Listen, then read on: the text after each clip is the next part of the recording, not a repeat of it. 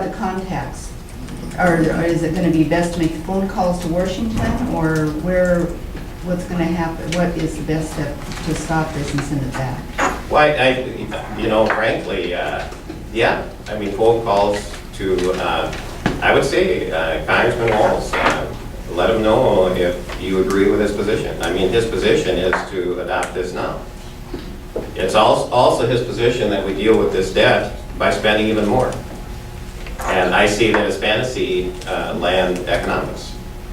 And let him know what you think. I think if you could succeed in turning him around, that would be a real plus. But always let elected officials know what you think. Other questions? I can't believe that Josh doesn't have any. Paul, we're going to give him a chance. Paul, go ahead. Well, see, you said 11% of this bill goes to agricultural subsidies. Yes. That's $550 billion over the next 5 years. I question the assumption behind the subsidies. This seems to be something on autopilot. We just do subsidies because we've been doing it since the 1930s. Mm-hmm. But the depression conditions are gone. The farm economy has changed considerably since then. Yeah. Are subsidies still necessary? Is there a way to structure the system so we don't need to subsidize the farmers? Well, let me put it this way. The farm subsidy should be on the table along with everything else. And I really believe that if we consider bills independently, separately, then the Congress is in a better position to evaluate the priority that those subsidies should have. That doesn't work very well when you have two bills together. But my position is put everything on the table and then let's talk about priorities and talk about what's most important and less important. So another hand, Norm. The Farm Bureau, I see, has gone on record as being in favor of the Farm Bill. Yes. Do you know? I mean, they're traditionally Republican. Right. Why are they for the bill? Norm, you asked me the question why. I have to say I don't, I'll answer the question what, but I don't know what the answer to the question why is. But I will say this, that the Farm Bureau has decided to not endorse in the first congressional race, which personally I'm happy about.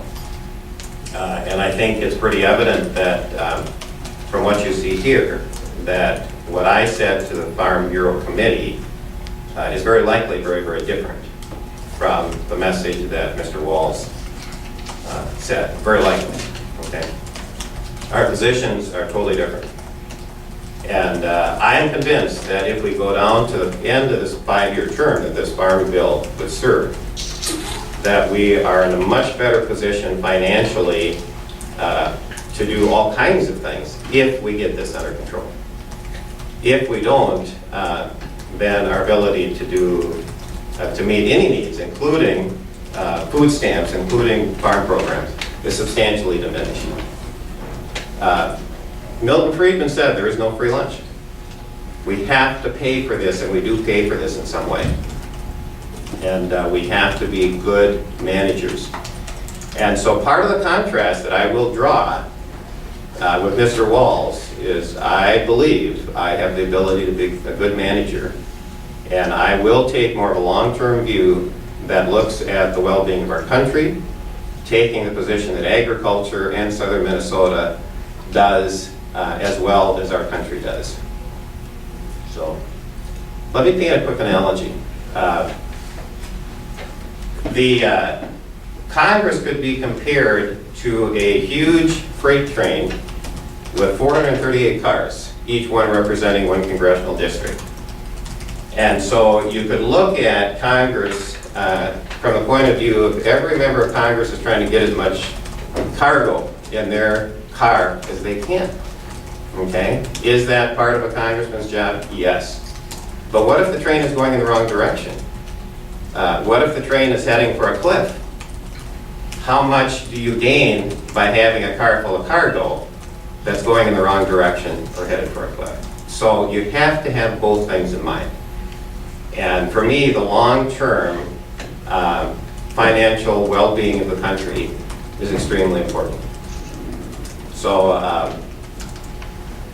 So it's going to be a very interesting contrast. Kincaid.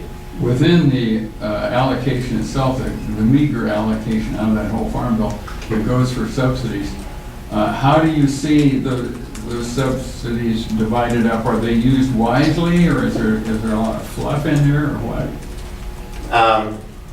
You know, I guess, Kincaid, the way I would answer that is that I don't think the main problem with this bill has to do with the way it treats farmers. I think the main problem with this bill is that it makes the food stamp program unsustainable with incentives that are counterproductive. Again, the incentives have to be to get people off of food stamps, not on. So to me, that's the big issue. So I'm surprised I haven't had any questions yet from members of the press, and I really would like to give you an opportunity before we have to leave. Yes. Is the value of getting this bill sent back and revised worth the risk that we pass nothing? Well, we don't have to pass a bill before October 1 other than a disaster relief bill. And we can do that with less than $600 million. And frankly, I think that should be done. But we're talking about a cost that is about 1/1000th of the whole bill. So that's how I think it should proceed. I think it's perfectly acceptable for this bill to be carried over to next year. My position is that Congress should set a spending limit for 2013 before it considers any spending bills. And then it should look at the farm bill separately on its own merits, and should look at the food stamp bill separately on its merits, and should prioritize. And what I'm saying is simply good management. And that's what needs to be brought to Washington. One last comment on this. This chart represents extraordinary mismanagement of our country's resources. Extraordinary. This is banana republic type economics, and we absolutely must change course. We cannot continue to do this, period. This bill's been described as having bipartisan support. Do you think that it, which usually means it's more likely to pass, do you think that your idea will have bipartisan support, or that it is something that is realistically passable? Well, I think the fall election on November 6th is going to determine whether this is going to change. Okay, if we reelect the same people to Congress, I think it's likely this is not going to change. I believe we need new blood, people that are more concerned with management, overall management, and living in the real world. And so I think that's key. But for my part, this bill represents two things: extraordinary mismanagement, and it sends a very strong signal Congress is not willing to change. And I can't live with either of those. So for me, it's very easy. I want you to know, I mean, I've had people asking me, I mean, really, do you want to have a press conference saying that the bill should be sent back to committee? Do you really want to do that? And my answer is, I don't have any choice, because we can't keep traveling this path. This is not your normal, what should I say? This is not your normal position of somebody running for office. I think that's pretty obvious. But the stakes are so high that obviously I think it's the right one. Josh? I got kind of a two-part question, I guess. First of all, why the farm bill? Why should it be singled out for what you're kind of saying? Couldn't this apply to most any bill? Yes. And secondly, why would it be important to do what you're saying now as opposed to passing this so farmers don't accidentally get cut on any benefits, and then changing it in the future in context of changing everything overall in Washington? So why, first of all, why this farm bill? Couldn't this apply to any other bill? Why is this one getting any special attention from you, I suppose? Well, the reason this bill is getting particular attention is this is the bill in front of us as a country.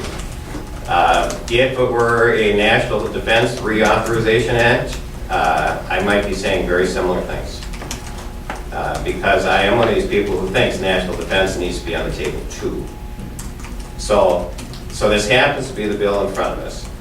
It is a bill that understandably puts me in a very difficult position because I'm a farmer myself, okay? My son Nathan and I run about 800 acres. I largely make my living and have made my living as a cash crop farmer. And so is it in my interest to be here saying what I'm saying? I believe it is, because I look at the long term, not just the short term. So that's where it's at, Josh. Would I prefer to have a different bill that I could be here talking about? Yes.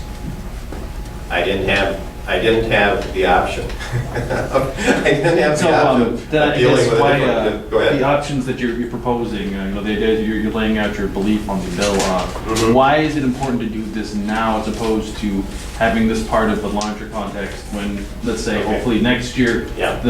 Congress is changing how it does spending? Yeah. Why is it important to do this now? Because doesn't that just kind of put farmers at the potential of maybe getting shortchanged for a short period of time Mhm. before the overall changes are made? Well, let me take with the last part first. In terms of, other than the disaster relief, which I believe can pass independently, and the House in fact has passed a disaster relief part, other than the disaster relief, there's nothing in this bill that can't wait till February, March. And so that could, that's really not a problem. I'm not sure I answered the first part of your question. Would you come back at me with that? Is it important if it takes longer than February or March for Mhm. a reason because it's politics and Yeah, stuff okay. happens? Yeah. If for some reason you knew that it was going to take longer than that, Mhm. is it still important to do as you propose now, even that means that Well- maybe the benefits fall off for a short period?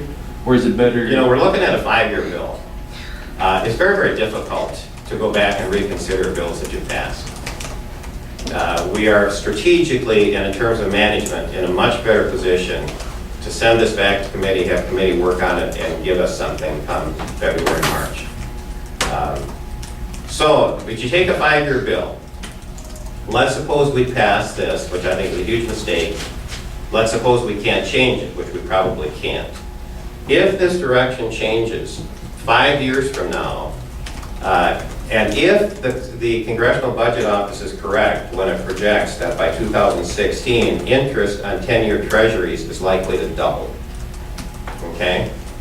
And if we're then looking 5 years from now at something like 30 cents out of every dollar that we collect going for interest. Now, I don't want to go that far out in the future and be dogmatic, but I'm saying this is very possible. So we're back here 5 years from now 30 cents out of every dollar is going for interest. We are in an extraordinarily, diminished, compromised position to do anything, including food stamps, and including farm programs, including conservation, including Social Security, including Medicare, including Medicaid, including national defense. And so what I'm saying is we do not have any options. We absolutely have to start reducing spending. And when you're talking about a bill that is a huge increase in spending, all kinds of red flags should go up. If you want the hard numbers, in 2008, the quote-unquote farm bill, which was not nearly as much a food stamp bill at that time, was estimated to cost about $286 billion. This one is estimated, per year. This one is estimated to cost, let me take, yeah. I better back up on that. I'm not sure now what that, I haven't looked at those figures for a while. But let me put it this way, the cost of the food stamp part has more than doubled. That's the easy part.